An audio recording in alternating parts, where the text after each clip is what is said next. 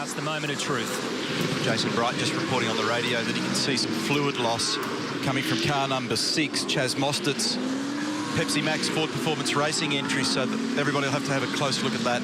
Make sure you join our conversation. Use the hashtag V8SC or the handle at V8 Supercars. Let us know what you want to know at home, and we'll do our best to answer your questions. And Michael Caruso is reporting in that the engine is overheating. I think they're actually going to park that car. 2 meters, 1 meter. Guys, I want to take you through the starting process because this is something remarkable for the first race of the year. Right down along the pit wall, you'll see the yellow flags at the moment as the cars make their position on the grid. The officials on the side pull those flags in, so they cascade down until we eventually see a green flag waving at the rear of the field. At that point, the race start will be handed over here to Damien White, who is the V8 Supercars race start official. We've got a couple more cars just to line up at the moment, and the yellow flags will be in. We'll see that green flag. You can see at the rear of the field now, we are waiting for the green flag to start this season. Green flag is up. It is 5 seconds to go. In 5 seconds, Damon will hit the lights. They'll be out in 3 to 5 seconds, and we will be racing. We're away for 2014. And the battle is back on, especially at the front. The two Red Bull Racing Australia teammates looking for the advantage at turn 1, and Lowndes will sneak ahead of his pole-sitting teammate Whincup. Winterbottom in third, James Courtney. Look at Shane Van Gisbergen, the yellow VIP car. Aggressive on the outside line. Up to turn 4. Already push and shove with Chaz Mostert. Smoke coming out of the back of car 6. That's what I was talking about earlier, that Jason Bright observed that he's into the wall, Mostert, so he's on his own oil and found the wall. So out early and damage to the front. He's managed to grab reverse, but he will need to report to the pit lane. The rest of the field unleashes onto turn 7 and down towards turn 8. 245 kilometres on approach.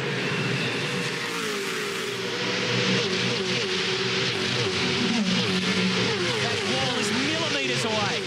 They'll need to watch the snail trail up there where Mostert was. There was fluid on the road. Turn 9. The two Jack Daniels Nissans. Rick and Todd Kelly getting side by side. So Lowndes holds on to position 1 after starting from 2nd. And it's Whincup, Van Gisbergen. He's made up a bunch of spots. 3. He started 6th. He's now ahead of Mark Winterbottom in 3rd. Great job, Shane Van Gisbergen, because Winterbottom got a very good start. He was the quickest to leap away. He was even quicker than the boys on the front row.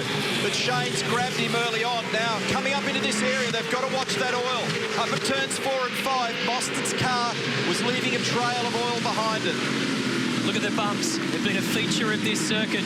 Drivers will tell you every year they're getting bigger and bigger. So this is the danger zone. Flags are out. Whincup is the first. Correction, Lowndes is the first to arrive there. But they all go through cleanly for now. The garage for car number 6 for Chaz Mostert, Pepsi Max Ford Performance Racing, and damage also to the sister car, David Reynolds, Botlow Racing. Front right-hand corner crunched on that car. A lot of damage on the front bumper as well. Remember in 2013 it was Mark Winterbottom who basically made a lap and a bit before having to park in a big lock-up for Scotty Pye. Down at turn 9, he has to go the alternative route and loses a whole stack of positions and clips the tyre bundle on the way back onto the circuit proper. He's now down in 12 in this first sector split for timing. Van Gisbergen's 2/10 quicker than both the Red Bull cars, so he's got good early pace at the moment. Right up the inside here and looking. This is Russell Ingall on the outside at turn 8. Jason's got the line, Russell yields.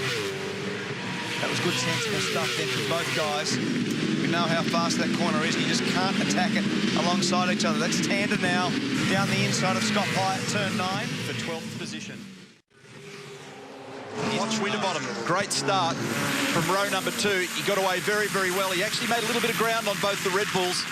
And so did Scott Pye. You can see Pye and McLaughlin alongside each other there with the blue Volvo and the white Wilson Security Falcon. This is on board now with Whincup. You can see there that the two Red Bull cars got very similar starts, but Mark Winterbottom's secondary part of his start was probably the best of the front 4 cars. This is on board now with Whincup. He come out of the throttle, he fanned a little bit and let Craig come across. You see, Craig blocked him still. He knew that he didn't want him to have a dive. That's a locked wheel over the bumps. And And this is what I was saying before, all the carnage in the middle of this. This is Chaz spinning pretty much on his own oil, as Neil correctly pointed out. That oil then has come under the rear tyres. He's fired himself in at turn 5.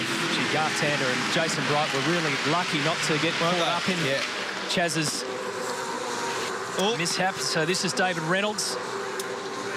Incidentally, he's still in pit lane, so that damage on the front right-hand corner of that car pretty substantial. And now Whincup coming in to dispense with his stop in this race, which is compulsory. Little squirt of fuel, only needs a couple of seconds, and it'll be determined by how long it takes to rattle wheels on and off, and he can do 2 or 4 if he chooses, but they'll probably only do 2. Well, so early in the race, you don't need to do 4, do you? It's no gain. But this is a critical one, because I think this undercut might serve him well. This is Robert Dahlgren in for his first pit stop, and gets moving again, the Swede. I would have brought McLaughlin in for that one. This point now is really critical, because as Whincup goes out, it will be as good as he could possibly drive the car to get the benefit on Lowndes. Lowndes will probably come in next lap. Matty, the doctor has just given Dave Reynolds the thumbs up and all good to go. Dave, I know this is the last spot you want to be in the first race of the year. What happened out there and how bad's the damage? Oh, mate, yeah, it's one of those things. When you qualify down the back, you're going to get caught up in dramas. And Chaz had a drama, obviously, and he's had a bit of a tangle at turn 5, and I come around there and hit someone. Didn't really hit him that hard, but then the steering arm snapped at turn 11 and just put me in the fence. Wasn't too bad, so hopefully we'll get it out there and get some points, but, you know, we'll try for a bit better run next time. I look forward to seeing you back out there, Dave. Thanks. Thanks, man. So that explains it, doesn't it? The steering arm snapped on him on approach. We thought that he might have been given a push straight through. Yeah, expect to see Todd Kelly in this lap. There he is, car number 7, Jack Daniels Racing. So they've been encouraging Todd. His first sector's been very strong relative to everybody else. He's in the lane, 40 Ks. They're early on in the lane here, and they're ready for him. Go. And you saw Shane Van Gisbergen, he's far enough into the race, he will get a benefit from 4 tyres. So what you'll see him benefit from is later in the race. Let's watch Lowndes. We've only got 2 tyres waiting for Craig Lowndes. Nice and easy in the box, please. No spinning of the wheels. Pit lane is still good. We're going to go and we drop you, mate. We're going to go and we drop you. Oh, problem on the right. That's hurt. Watching the Jamie. He's on the exit, mate. Yeah, Jamie's gone. Sorry about that stop. So there goes Whincup. The next time, Jamie made a heap of ground in that stint on everybody. The mistake for car 888 clearly hurt, but I'm interested in the relativity between 1 and 97, because that run on those tyres where Jamie had clean air, he really motored. Remember that 21.6 that he did a couple of laps ago? That sort of stuff is what's put him in this position. Great performance. Fabian Coulthard is the leader of the race. There's 3 drivers still to be processed. His teammate Jason Bright included in that group, together with Will Davison, and Whincup's the first who has stopped. Back with more. Jamie Whincup leads Craig Lowndes and Shane Van Gisbergen. This tyre bundle down here at turn 1. Cops are pounding all weekend. And it's just a matter of centimetres, the difference between doing damage and unsettling the car. And just in the ad break, Jason Bright did put a move on Todd Kelly down at turn 9. It wasn't as clean as you'd imagine, because Todd's never going to give away a position. But Bright has now pushed further ahead, so Bright into position 8. And he picked the throttle up and then got out of it again and then picked it up. Margin closes right down. Eric Pender, Rick's engineer, says you've got 2 curb strikes, be careful. They're at the back end of the race, they're using up their lives. One more and he gets a bad sportsmanship. You can see the strengths and weaknesses in the cars here at the moment.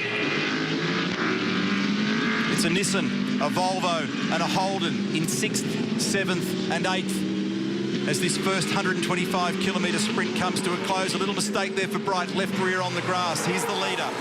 5.1 seconds is the gap. He's opened it up. Plenty of fresh air now. Lowndes is nursing the tyres. They've got to manage them carefully, because he's never going to mow down his teammate from that position. And there he is. There's Whincup. Well, the combination of David Cauchi and Jamie Whincup netted a pole position in their first qualifying session. And all things being equal for the rest of this lap, they're going to be 100% strike rate with wins as well. 1 out of 1. but everything went right for them strategy-wise, and a couple of things went wrong for their competitors, including his own teammate in Craig Lowndes. A little bobble too, remember, out of pit lane for Shane Van Gisbergen. So they rode all that challenge and just dropped him at the end, and Whincup's doing what Whincup does. And Rick Kelly and Scott McLaughlin curb hops a piece on that last lap, so they're using him up. Here we go. Car number 1. This man ended last year as the champion, the 5-time series champion. Really good. And it looks as though he's on the way again. The winning ways continue for Jamie Whincup. That was all you. Awesome drive, mate. Well done. Craig Lowndes second, and the flying Kiwi Shane Van Gisbergen in third. So 3 Holdens on the top of the list. Mark Winterbottom will cross in 4th. Scott McLaughlin still having a look at a position gain if he can get it from Rick Kelly, but he won't. And he almost got Team BOC a little bit too close for comfort. But a great start for Volvo inside the top 10 in their opening race. The top 10 in 12th. So that's David Couchy there, just going up to the driver's side door and celebrating this new partnership that started exactly how they wanted it. He said that 2014 would be a dogfight. Well, he started the fight with a knockout win, and is this the year that he gets title number 6 and becomes the greatest ever V8 supercar driver?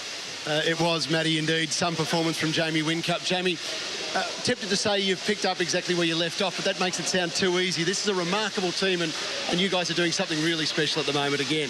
Yeah, really happy with that. We've done a lot of work over the break. No, nothing major, but heap of different little things, and the car's definitely fast. 1-2 to start the year off is fantastic for Red Bull. Quite bizarre at this time of the year to be thinking championship already, but you know how important it is to get a bag of points here and then move into the year with that comfort zone. Yeah, we saw from quali it's going to be close, you know, so it's just going to be dog eat dog for every point you can get. I really enjoyed the scrap with Gizzy and Lounsey. I thought I was at the 12-hour, you know, like to throw in the mix. So be good to get out there and mix it with them. But short turnaround to the next one and we go again. And to have your teammate right there alongside you is fantastic in Lounsey. Yeah, Lounsey was coming on strong. I didn't know how I was going to go holding him out, but he was going hard, and he'll be a threat in the next one for sure. Actually, we might grab, just before we do the trophies, we'll grab Craig and have a quick chat. Come on over, Lounsey. Congratulations. Great way to start the year, right behind your teammate. Second spot on the podium. Good work. Yeah, thanks, Brett. I think it was good. It was nice to have a 1-2 finish for the start of the season. We qualified that way and finished that way. It was good. Awesome, mate. Did you have a chance to get past him at all? Did you think at any stage you were going to make the jump? I think we had a few issues in the pit stop, and then we burned the tyres up trying to get to him. So, look, he did a great job. Kept it out of trouble, which is what you need to do in these short little sprint races. Hey, good to be back in the seat again. Oh, definitely. I think it's it's great. Hopefully the fans enjoyed it. I reckon they did, Lounsey. Come for a walk with us for a minute because we've got some trophies to present. Jamie, come on over, guys. Congratulations. A great way to start the year with a couple of bits of silverware. Jamie, for you, first place trophy. Congratulations. And Craig, for you, the second place trophy. Well done, boys. A great way to kick things off. Lounsey, please come on in and grab that. And, of course, we've got the winning team trophy as well. Who would you like to take the winning team trophy, boys? David Couchy, well earned. First day in the seat and a trophy to take for it. So a great day for Red Bull Racing. Congratulations. New engineer Grant McPherson, so they're kind of happy there. 1, 2 and 3 goes to Whincup, Lowndes and Van Gisbergen. Fabian Coulthard made up 5 spots. Rick Kelly drove the wheels off that Nissan to come up 8 spots and finish in 6th position.